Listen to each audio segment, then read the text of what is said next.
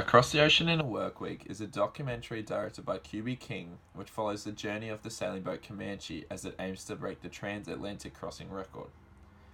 This documentary follows the crew of sailors both during the expedition and prior to the commencement of their trip. This presentation will endeavour to provide a critical analysis of Across the Ocean in a Workweek by arguing that this documentary evidently highlights features of an expository documentary while showing an element of the exploratory mode and the theory and relationship between them both.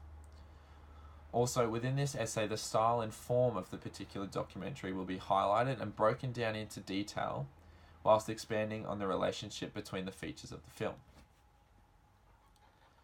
Firstly, Across the Ocean in a Workweek is a documentary directed by QB King and, as stated earlier, follows the crew of Comanche as they attempt to break the transatlantic crossing record. This documentary was released on June 29, 2017 and is an informative documentary about the development, maintenance and planning of Comanche and also the trip across the transatlantic crossing.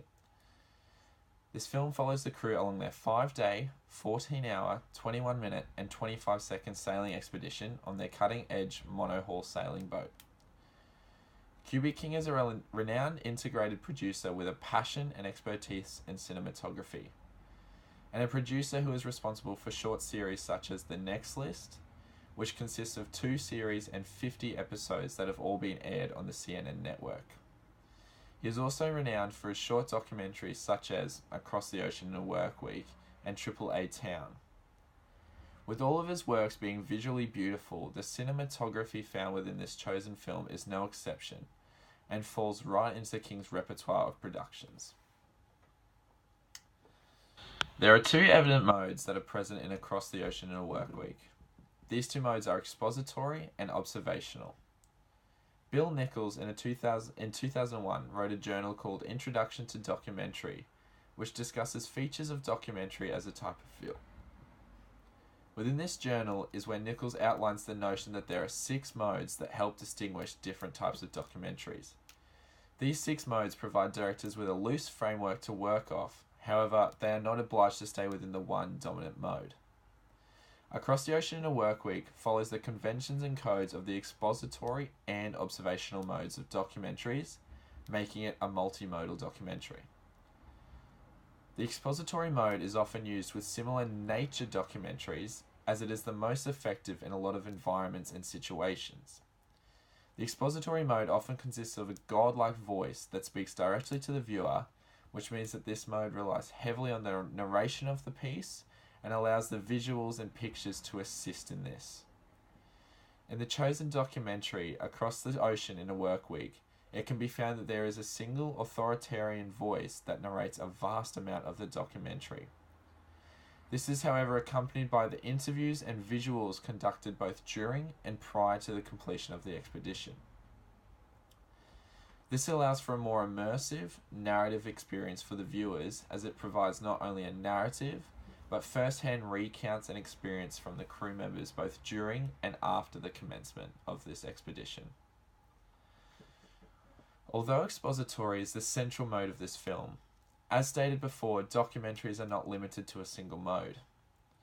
Across the Ocean in a Workweek also exhibits the codes of the observational mode.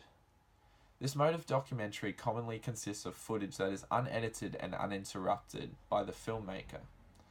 This mode is often associated with the term fly on the wall, as it allows the viewers to feel as if they are viewing this actuality scene as if they were there.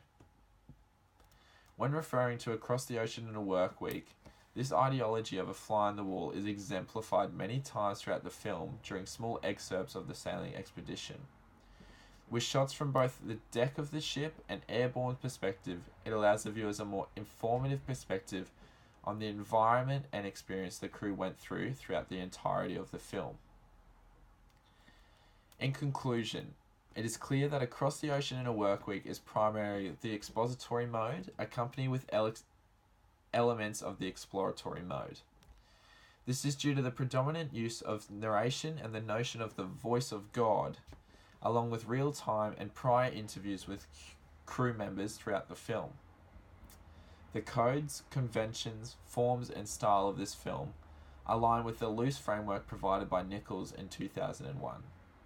Finally, Across the Ocean in a Workweek is a successful documentary not only due to its engaging and immersive nature, but also its formatting and technical cohesion.